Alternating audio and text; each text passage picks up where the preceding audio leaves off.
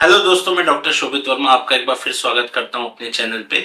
और दोस्तों, आज का पॉडकास्ट हमारा बहुत ही स्पेशल होने वाला है, क्योंकि हम सबकी लाइफ में, डे टू डे लाइफ में कई बार ऐसी सिचुएशन आती है जब हम स्ट्रेस फील करते हैं, हम डिप्रेस फील करते हैं, हमारा कॉन्फिडेंस लो हो जाता है और कई बार हम अच्छे से डिसीजन भी मेकिंग प्रॉपरली नहीं कर पाते हैं। तो इस तरह की तमाम प्रॉब्लमों का सॉल्यूशन मुझे मिला जब हमारे एक्सपर्ट जो हमारे बीच में है, क्षितिज चौहान जी, जो कि एक एनर्जी हीलर है, एक एनर्जी हीलर एक्सपर्ट है।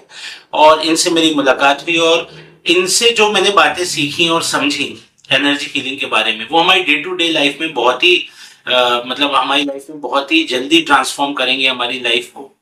तो मैं स्वागत करता हूँ क्षितिज जी का एक बार फिर से अपने चैनल पे। और मैं पहले क्षितिज जी से जानना चाहूंगा कि क्योंकि हमारे बहुत से व्यूअर ने ये टर्म सुनी नहीं होगी, या सुनी होगी तो उनको उतना प्रॉपर नॉलेज नहीं है। तो वो मतलब व्हाट इज एनर्जी हीलिंग, मतलब एनर्जी हीलिंग क्या है? पहले तो हमें समझना पड़ेगा एनर्जी क्या होती है। एनर्जी हीलिंग समझने से पहले तो एनी बॉडी और any person has an energy field. तो अगर हम पत्थर की बात करें, कुर्सी की बात करें, या हम हमारे शरीर की, एक एनर्जी फील्ड होती है जिसको हम ऑरा के नाम से कॉमनली जानते हैं।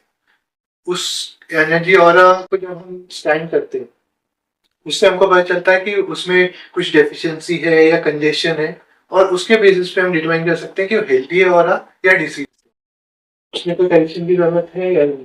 तो एनर्जी नहीं उसी चीज पे काम करती तो बेसिकली मतलब जो लिविंग थिंग्स हैं, नॉन लिविंग थिंग्स हैं, है। हाँ, सब पे ये ऑरा एक होता है। जी बिल्कुल।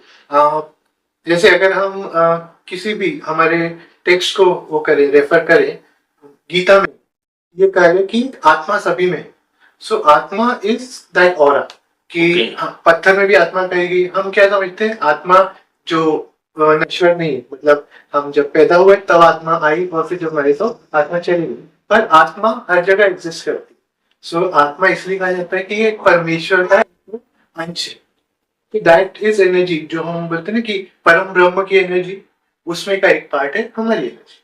और तो इसमें थोड़ा सा कंफ्यूजन मुझे ये हो रहा है, क्योंकि मैं तो जब स्कूल में पढ़ा और जो भी पढ़ा तो उसमें हम लोग को पढ़ाया जाता था living things, non living things, इस तरह से।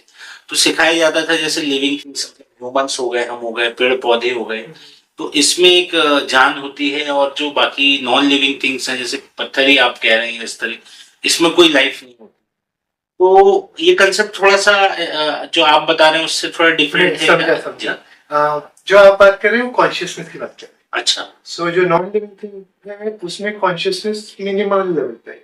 जो लिविंग बीइंग्स हैं उनमें कॉन्शियसनेस बढ़ गई। So atma and consciousness are two different things. Okay. So अगर पत्थर की बात करें, मैंने कहा उसमें भी आत्मा है, पर उसमें कॉन्शियसनेस नहीं है। ठीक है, या है तो बहुत कम लेवल पर है।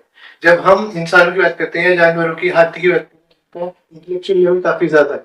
तो जितना ज्यादा प्रीफ्रंटल कॉर्टेक्स हमारा है, हम जितना यूज करें, तो कॉन्शियसनेस उतनी ज्यादा है। ओके, मतलब एक तरह से देखा जाए तो आत्मा सभी में है, लेकिन जो उसका कॉन्शियस लेवल है वो ह्यूमन से इस तरह की चीजों में ज्यादा है, पेड़ पौधों में या जानवरों में। तो इसलिए हम उसको एक तरह से बात करते हैं कि इसलिए हम उसको आत्मा से रिलेट करते रिलेट हैं करते या हैं। रिलेट कर पाते हैं। पर एक्चुअली आत्मा या ऑरा सभी का होता है। तो अगर हम क्रेजन फोटोग्राफी की बात करें, तो वो एक कैमरा है जिससे आप ऑरा की फोटोग्राफ ले सकते हैं। आप फिजिकली एक फोटोग्राफ ले सकते हैं जिसमें एनर्जी फील्ड दिखाई देगी। इलेक्ट्रोमैग्नेटिक वेव्स जिसको कहते हैं, electromagnetic field, that is aura, scientific term में लेना है। हाँ, तो बेसिकली मतलब जो इलेक्ट्रोमैग्नेटिक फील्ड है उसी को हम ऑरा कहेंगे। तो ये एक्चुअल में कुछ वर्ड्स होते हैं, ये ऑरा, चक्रास होते हैं।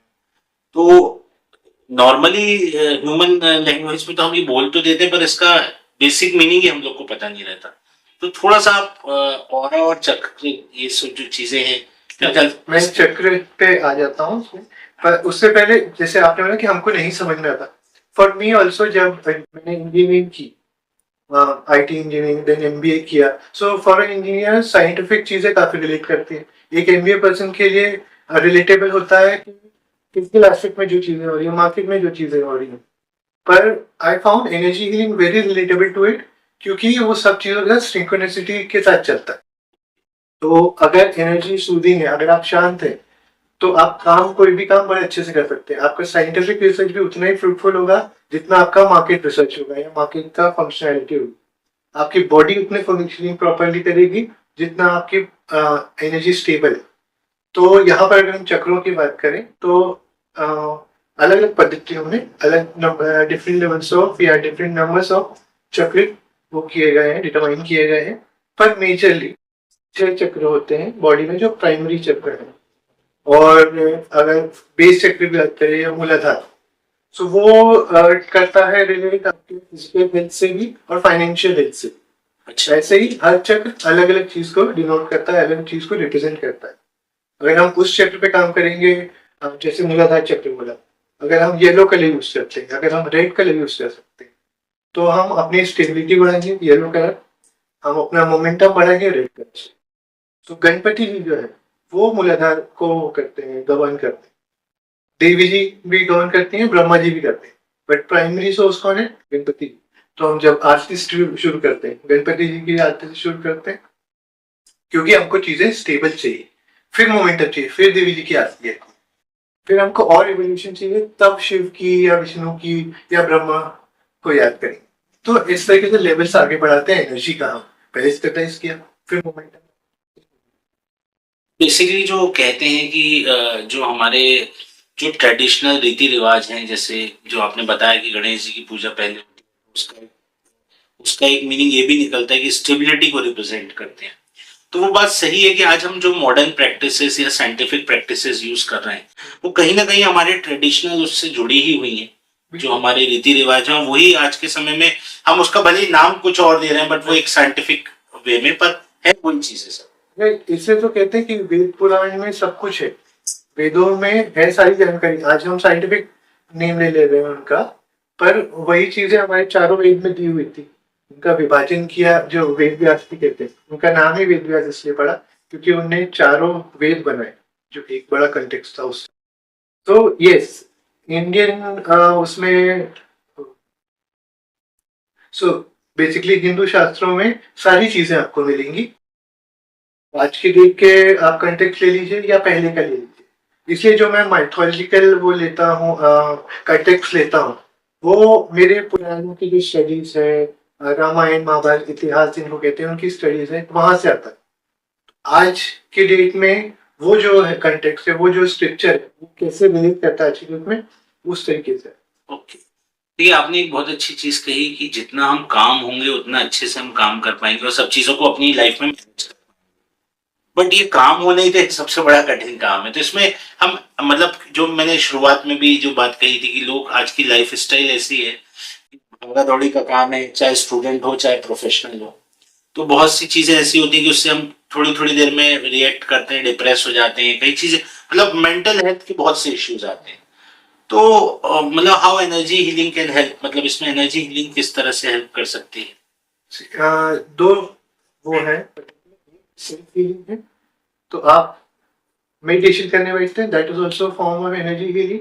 ओके। आप मेडिटेशन कर रहे हैं, अपने ऑरा अलग ही करके मेडिटेशन, जो भी आप फॉर्म प्रैक्टिस करते हैं, वो एक सेल्फ हीलिंग मेथड हो गया। सेकेंड हो गया, अगर आप किसी एनर्जी हीलर को जानते हैं या उसको कंसल्ट करते हैं, तो वो आपकी एनर्जी को रीड करेगा, ऑरा को रीड करेगा, फिर किस सेक्टर में किस चीज की जरूरत है, किस एनर्जी की जरूरत है, वो उस एनर्जी पे काम करेगा, उस एनर्जी को फ्लो करेगा। जैसे एक बेसिक एग्जांपल लेते हैं, आपने कहा कि दो तरह से, एक तो सेल्फ आप कर सकते हैं मेडिटेशन के थ्रू, और दूसरा एनर्जी हीलर के थ्रू। अब सपोज मान लीजिए मैं ही आपके पास आया हूँ कि भाई मैं, आप थोड़ा सा मुझे हेल्प करिए, कुछ सॉर्ट आउट करिए। मतलब मैं ये समझना चाहता हूँ कि अगर मान लीजिए कोई पर्सन आपके पास आता है कि मुझे हेल्प चाहिए, आप इस तरह से, तो आप कैसे प्रोसीड करते हैं? और मतलब क्या स्टेप्स होते हैं, किस तरीके से मतलब हम आगे बढ़ते हैं इस प्रोसेस में? So the very first thing we do is we consult, मतलब उनसे बात करेंगे बैठ के कि आपका स्टेटस क्या है। जब बात आती है तो सारी प्रॉब्लम्स को डिफाइन किया जाता है। तो जितना कोई सामने वाला अपनी बातों को डिफाइन करेगा, उतना फोकस हमारी एनर्जी होगी। जब मैं आपसे बात कर रहा हूँ, आप बता रहे हैं, तो मुझे पता चल रहा है कि कहाँ पर फियर है, कहाँ एंजाइटी है, कहाँ एंगर है। ओके। उसको किस तरीके से प्रोपोगेट करके एड्रेस किया जाए, वो तब डिटरमाइन किया जाता है। तो अगर आप आए हैं मेरे पास फाइनेंशियल इश्यूज को लेकर, तो मैं आपको उस तरीके से सोल्यूशन बता पाऊंगा कि आपको, जैसे मैंने स्टेबलाइज करने के लिए बात की, मूलाधार पे काम करना है। अगर आप इमोशनल चाहिए उसके लिए आए हैं, एस्पेक्ट के लिए आए हैं, तो वो मणिपुर चक्र होता है, सोलर प्लेक्स होता है, उस पर काम करने की जरूरत पड़ेगी। अगर किसी बच्चे की या किसी प्रोफेशनल को फोकस का इशू है, तो दोनों को आज्ञा चक्र पे काम करना है। ऐसे अलग अलग चक्र हैं अलग अलग चीज के लिए, उन पर उसी तरह की एनर्जी। तो बेसिकली मतलब अब पहले अगर कोई आपके पास आता है तो उसको आप आइडेंटिफाई करते हैं क्या प्रॉब्लम है, या तो वो खुद बताता है या आप उससे बात करके निकालते हैं, और उसके बाद उसके हिसाब से जो स्पेसिफिक चक्र है उस पे हम काम करते हैं। मैं जो ये सही समझ पा रहा हूँ ना? जी। तो चक्र मान लीजिए आपने चक्र, आपको भी समझ में आ गया कि इस चक्र पे काम करना है। तो फिर उस चक्र पे काम कैसे होता है, मतलब उस पे कुछ मेडिटेशन या क्या प्रोसेस करते हैं? हाँ, meditation is the simplest process जिसको किया जा सकता है। हाँ, कई बार ओवरवेलमिंग हो जाता है क्योंकि आंखें बंद करके बैठना हमारी प्रैक्टिस में नहीं है। हाँ, हम सही सिर्फ बात। सोते हैं तब आंखें बंद करते हैं। उसके अलावा हम आंखें बंद करके बैठेंगे तो बहुत सारे ख्याल आते हैं। इसलिए अलग अलग एक्टिविटीज हम कराते हैं। फॉर एग्जाम्पल, आप बच्चे को अगर आप ड्राइंग कराने या किसी यंगस्टर को आप मंडाला आर्ट करेंगे तो उनकी एनर्जी रिलीज होगी, वो ओके। काम डाउन फील करेंगे। किसी को सिर्फ डांस करने में अच्छा लगता है, गुनगुनाना अच्छा लगता है। यूजुअली हम देखते हैं कि जब कोई इंसान खुश होता है तो वो गुनगुना रहा होता है, हाँ, क्योंकि वो एक्सप्रेस कर रहा है खुद को। ओके। एक्सप्रेस करते करते वो खुद को लाइट फील कर रहा है। तो ऐसे कुछ मेथड्स हैं, ऐसे कुछ एक्टिविटीज हैं जिनको हम इनकॉर्पोरेट करते हैं और उस तरीके से बेसिक लेवल से हीलिंग स्टार्ट करते हैं, रिलीज करते हैं एनर्जीज को जो डिस्टर्ब है, देन उनकी जो एनर्जी रिक्वायर्ड है उसको बिल्डअप करें। ये तो बहुत अच्छा आपने बेसिक उससे समझाया मुझे। अब मैं समझ गया कि उस प्रोसेस में चक्रों को फोकस करके फिर अलग अलग मेथड से उस चक्र को ठीक करने का प्रयास करते हैं। मतलब मैं आपको बताऊंगा जरूर कि आपके किस चक्र में प्रॉब्लम है, पर डायरेक्टली उस चीज पे जंप करने के बजाय will start with the basics, हाँ, ओके। देन बिल्डअप करेंगे कहाँ तक जाना है। तो कोई, आप इतने समय से इस फील्ड में हैं, आप लोगों की हेल्प कर रहे हैं, तो कोई ऐसा एक्सपीरियंस या ऐसा कोई आपके पास आया हो जिसे आप मतलब कुछ शेयर करते हो, आपको अच्छा या बैड एक्सपीरियंस जो भी हुआ हो उस पर? काफी अच्छे एक्सपीरियंस रहे हैं। मतलब एक तो बहुत ही फैंटास्टिक जो मुझे डिफरेंस दिखा है। However it took 6 years, conceive नहीं हो पा रहे थे, तो उनका इनफर्टिलिटी का इशू था। तो कपल आए हमारे पास, हमने जब उनको काउंसिल किया तो इश्यूज पता चले, उन इश्यूज पे काम किया। देन एनर्जी से जो इनफर्टिलिटी का इशू था उसके ऊपर वर्क किया। So it took almost 5 to 6 years to conceive. Then उसके ऊपर गर्भ संस्कार का काम किया ताकि जो आने वाली जनरेशन है, जो बीज है, उसकी शुद्धि की जाए। फिर उसको वो जो आपका चाइल्ड आएगा वो उतनी अच्छी पर्सनैलिटी ग्रो हो सके। So that is a very beautiful journey जो हमने देखी। इसके साथ अगर और कोई एग्जांपल बताऊं तो हाँ, एक एक्सीडेंट हुआ था एक लेडी का। सो उसमें उनका major portion of lower body and spinal cord damage हो गई थी। But with help of energy healing and obviously उनका मेडिकल ट्रीटमेंट तो चल ही रहा था, वी कुड रिवाइव हर और make her stand in 45 days of time, which is terrific। अगर आप रिकॉर्ड देखें, किसी का भी स्पाइनल कॉर्ड और लोअर बॉडी डैमेज होने के बाद 45 days के अंदर चलना इज क्वाइट एन अचीवमेंट। सो वो काफी अच्छी कुछ चीजें हैं जो मैं तो रियली अमेजिंग। इस चीजों में भी हीलिंग होती है, एनर्जी हीलिंग, तो ये तो बहुत ही बढ़िया बात है। पर अच्छा, जैसे कई लोग थोड़ा सा, आज का टाइम है फास्ट फॉरवर्ड और लाइफ को वैसा, क्योंकि इतना टाइम है नहीं कई बार लोगों के पास। तो जो हमारे यंगस्टर्स हैं या जो हमारे प्रोफेशनल्स हैं, जो डे टू डे लाइफ में स्ट्रेस है, स्टडीज को लेके स्ट्रेस है या जॉब को लेके स्ट्रेस है, कैरियर को लेके स्ट्रेस है, तो उनके लिए कुछ टिप्स आप बताएंगे जो वो डे टू डे लाइफ में फॉलो करें तो उनको बेनिफिशियल रहेगा? एनर्जी हीलिंग ऐसे चीज़ है जो हम रोज इस्तेमाल करते हैं पर हमारा कभी ध्यान नहीं जाता। अच्छा। फॉर एग्जाम्पल, आपने देखा होगा हमारे जो बड़े हैं हमेशा गर्म पानी में थोड़ा नमक डाला और उसमें पाँव डुबा के बैठ गए, ये वाली प्रैक्टिस हाँ, ये तो देखे तो होते हैं, हमारे घर में भी बैठते हैं। हाँ, सो दैट इज बिकॉज आपका जो नेगेटिविटी है वो नमक एब्सॉर्ब कर लेता है। तो जैसे आप सॉल्ट वाटर यूज कर रहे हैं वो नेगेटिविटी को एब्सॉर्ब कर रहा है, आपको अपने आप शांत महसूस हो रहा है। और फिजिकली क्या हो रहा है, वो बॉडी में से जो वाटर रिटेंशन है उसको खींच रहा है। तो ओके फिजिकल एस्पेक्ट पे भी काम हो गया, एनर्जी पे भी काम हो गया, आप अपने आप शांत महसूस करने लगे। ओके। ऐसे ही सॉल्ट वाटर का आप अपने नहाने में यूज कर सकते अच्छा, मतलब नहाने के पानी में नमक हो। का यूज करें? 1 चम्मच 2 चम्मच और नहा लीजिए, उससे आप शांत महसूस करेंगे। Same thing you can do कि आप हल्दी की गांठ होती है, हाँ जी। उसको ले लीजिए। अगर आपके फाइनेंशियल स्टेबिलिटी नहीं है या आपको खुद को शांत नहीं लग रहा है, तो अपने पास हल्दी की गांठ होती है, शांति महसूस होती है। पीला कलर, मैंने बोला कलर्स बहुत सारा काम करता है। हमारी पद्धति में कलर काफी यूज किया जैसे देवी को कौन सा रंग चढ़ रहा है, या गणपति जी को पीला कलर, वो पीताम्बरी कहते हैं उनको। इस तरीके से कलर यूज करके अलग अलग एनर्जीज को यूज किया जाता है। ओके, तो दोस्तों पूरी रेमेडीज जो डे टू डे लाइफ में हम यूज कर सकते हैं वो तो अभी एक हमारे पॉडकास्ट में कवर करना पॉसिबल नहीं है, लेकिन मैं कोशिश करूंगा कि आपसे और मैं डिस्कशन करूं और कुछ चीजें अपने डिस्क्रिप्शन में भी आपके साथ में शेयर करूंगा। और खास करके आप जो इंस्टा पे वीडियोस डालते हैं, जो जिस तरीके से जहां पे भी सोशल मीडिया में आप अवेलेबल हैं, उसके जो लिंक्स है वो भी मैं आपसे शेयर करूंगा, तो आप डायरेक्ट भी क्षितिज जी से जुड़ सकते हैं। तो लास्ट में अगर हम बात करें एक ओवरव्यू लेने के बाद कि हमारे व्यूअर्स के लिए कोई ऐसा मैसेज जो आप देना चाहते हो एनर्जी हीलिंग से रिलेटेड, या जो उनकी ग्रोथ में और सब चीज में हेल्प करेगा डे टू डे लाइफ में, तो जरूर एक बार हमसे शेयर कीजिए। मेडिटेशन इफ यू तो वो आपके लिए बेस्ट रहेगा। जैसा मैंने बताया कि अगर आंख बंद करके करने में दिक्कत होती है, तो पहले आप सिर्फ अपनी एनर्जी रिलीज करने में ड्राइंग कीजिए, हमिंग कीजिए, डांस जो आपको पसंद है वो कीजिए। जब आप थोड़ा स्ट्रीमलाइन होने लगेंगे, गाइडेड मेडिटेशन यूज कर सकते हैं। तो उसमें आपको शांत बैठकर खुद को काम करने की कोशिश नहीं करनी पड़ेगी, किसी स्टोरी को फॉलो करेंगे। गाइडेड मेडिटेशन वही होता है, वो एक पाथ होता है, उसको आप सुनते जाते हैं और उसी तरीके से मेडिटेशन पूरा हो जाता है। That is the easiest part of meditation, जिसको अडेप्ट कर सकते हैं। सो वो एक चीज है जो आप सेल्फ फीलिंग के लिए यूज करते हैं, वो आपको फोकस करने में भी काम करेगा, शांत रखने में काम करेगा। अब होता क्या है, कई बार पॉडकास्ट भी जब हम शूट करते हैं तो उसमें भी कई चीजें बातों से ही निकल के आती हैं। तो अभी आप जब बता रहे थे तो मुझे स्ट्राइक हुआ, हालांकि ये क्वेश्चन लास्ट का नहीं है, बहुत पहले मुझे पूछ लेना था, बट फिर भी क्योंकि आपने बताया कि आप आईटी बैकग्राउंड से हैं, आपका आईटी है में किया आपने, फिर आप एमबीए फील्ड में मैनेजमेंट फील्ड में गए, तो फिर इतना पढ़ने के बाद और इस तरह से आपका इंटरेस्ट इस एनर्जी हीलिंग फील्ड में कैसे आया?